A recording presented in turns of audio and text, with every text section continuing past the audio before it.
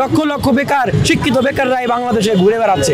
দ্রব্যমূল্য দাম বৃদ্ধি হয়ে গেছে। আমাদেরকে কিভাবে মারা হয়েছিল, আমাদেরকে কিভাবে মামলা দিয়ে জেলে ঢুকানো হয়েছিল, আমরা কিন্তু মরে যাই নাই, আমরা এখনো বেঁচে আছি। বর্তমান মাননীয় প্রধানমন্ত্রী শেখ হাসিনা বলেছিলেন যে কোটা পদ্ধতির কোনো দরকার নাই। এই কোটা পদ্ধতিকে পুনর্বহাল করা হয়েছে। আমরা কোনো চাকরি পাচ্ছি না, কারাগারে নির্যাতিত হওয়ার কারণে। আপনারা জানেন যে গতকালকে হাইকোর্ট ডিভিশন একটি রায় দিয়েছে। সে রায়ে হাইকোর্ট ডিভিশন বলছে সরকারি চাকরিতে 30% মুক্তিযোদ্ধা, যেটা 2018 সালের কোটা সংস্কার আন্দোলনের মাধ্যমে বাতিল করা হয়েছিল, সেই 30% মুক্তিযোদ্ধা কোটা আবারও সরকারি চাকরিতে বহাল থাকবে। আপনারা জানেন বর্তমান বাংলাদেশে আমরা দেখতে পাচ্ছি 25 লক্ষ বেকার রয়েছে। 25 লক্ষ বেকারের কর্মসংস্থান আমরা নিশ্চিত না করে যেভাবে কোটার অভিশাপের মধ্যে আমরা বেকারত্বকে আমরা ডুবিয়ে রেখেছি। ওয়ালটন ফ্রিজ কিনে অনেকের মতো আপনিও হয়ে যেতে পারেন মিলেনিয়াল, সেরা পণ্যের সেরা অফার। সেই জায়গা থেকে মুক্তি পেতে হলে কোটা প্রথা না থাকার কোনো বিকল্প নেই। আমরা চাই কোটা প্রথা বিলুপ্ত হোক। 2018 সালের কোটা সংস্কার আন্দোলনের মাধ্যমে আমরা যে কোটা বৈষম্য দূর করেছিলাম, আমরা চাই সেই কোটা বৈষম্য বাংলাদেশ থেকে চিরতর বিলুপ্ত হোক। এবং গতকালকে হাইকোর্ট ডিভিশনে যে রায় হয়েছে, সে রায়কে আমাদের বাংলাদেশের ছাত্র সমাজ তারা প্রত্যাখ্যান করেছে। আমরা চাইব অবিলম্বে এই রায় পরিবর্তন করে তারা যেন বাংলাদেশের সকল চাকরিতে মেধার ভিত্তিতে নিয়োগ নিশ্চিত করে এবং সমস্ত কোটা তারা যেন বাতিল করে। বর্তমান সময়ে আমরা এমন একটি যুগে বাস করছি যেখানে আমাদের বেকারত্বের অভিশাপ থেকে মুক্তি পাওয়া আমাদের একটি দায় হয়ে গিয়েছে। এখন চাকরির বাজার কোন পর্যায়ে গিয়েছে, যেখানে চাকরি পাওয়াটাই যেখানে একটা দুরূহ বিষয়, সেখানে তাদেরকে ভালো চাকরি পাওয়া কতটা কষ্ট হয়ে গিয়েছে, সেই সব কিছু তো আর সমাজকে বোঝানো সম্ভব নয়। এই বাংলাদেশে সবচেয়ে বড় বৈষম্য সৃষ্টিকারী যে সিস্টেম, সেই সিস্টেমকে আপনারা জানেন, সেই সিস্টেমটি হচ্ছে এই কোটা ব্যবস্থা। এই দেশের নিম্নবিত্ত নিম্ন মধ্যবিত্ত ফ্যামিলির সন্তানেরা এই দেশের বিভিন্ন বিশ্ববিদ্যালয় কলেজে কত কষ্ট করে পড়াশোনা করে যখন তাদের স্বপ্নের হরিণ সেই চাকরির জন্য তারা পরীক্ষা দিবে, চাকরির নিয়োগে যাবে, তখন সেখানে তাদের গলায় ঝুলিয়ে দেওয়া হয়েছে কোটা ব্যবস্থার প্রতিবন্ধকতা। আমরা 2018 সালে এই বৈষম্যমূলক কোটা ব্যবস্থার বিরুদ্ধে লড়াই করেছিলাম, সংগ্রাম করেছিলাম।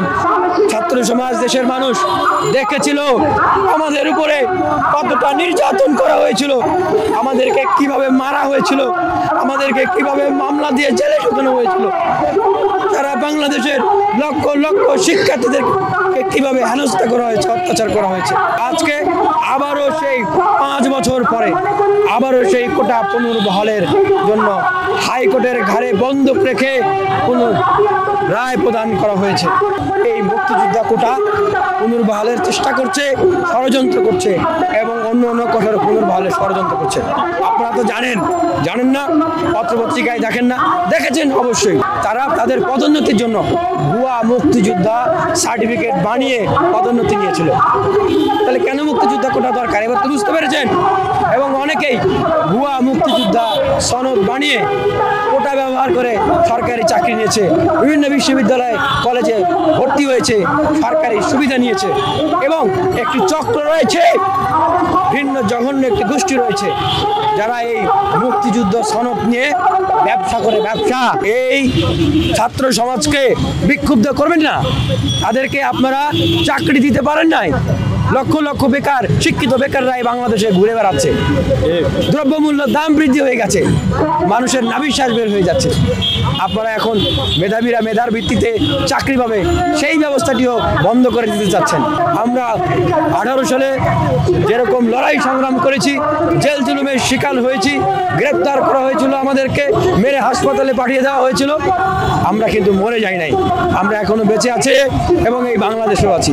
আবার যদি মামলার শিকার হতে হয়, জেলে যেতে হয়, রক্ত দিতে হয়, জীবন দিতে হয়, আমরা প্রস্তুত আছি। 2018 সালের কোটা সংস্কার আন্দোলনের মাধ্যমে আমরা একটা স্বাধীনতার পর একটা বিপ্লব নিয়ে রাজপথে নেমেছিলাম দেশের 98% মানুষের স্বার্থে। তো তখন আমাদের আন্দোলনের কারণে সরকার বাধ্য হয়ে বর্তমান মাননীয় প্রধানমন্ত্রী শেখ হাসিনা বলেছিলেন যে কোটা পদ্ধতির কোনো দরকার নাই। হঠাৎ করে পরবর্তীতে এই কোটা পদ্ধতিকে পুনর্বহাল করা হয়েছে। যাদের কেরিয়ার শেষ হয়ে গেছে, আমরা আজকে অনার্স কমপ্লিট করে আমরা কোনো চাকরি পাচ্ছি না। কারাগারে নির্যাতিত হওয়ার কারণে এখনো প্রতি মাসে আমাদেরকে হাজিরা দিতে যেতে হচ্ছে। আমরা যে জুলুমের শিকার হয়েছি, এই জুলুমের বিনিময়ে যে অর্জিত হয়েছে, এই অর্জিত ফল এদেশের সাধারণ শিক্ষার্থীরাও ভোগ করুক। আমরা চাই না আর কোনো শিক্ষার্থী ভুক্তভোগী হোক, আমাদের ভবিষ্যৎ প্রজন্মই বৈষম্য শিকার হোক, এটা আমরা চাই না। আমরা চাই আমাদের আগামী প্রজন্মকে আমরা একটা বৈষম্যহীন বাংলাদেশ উপহার দিতে।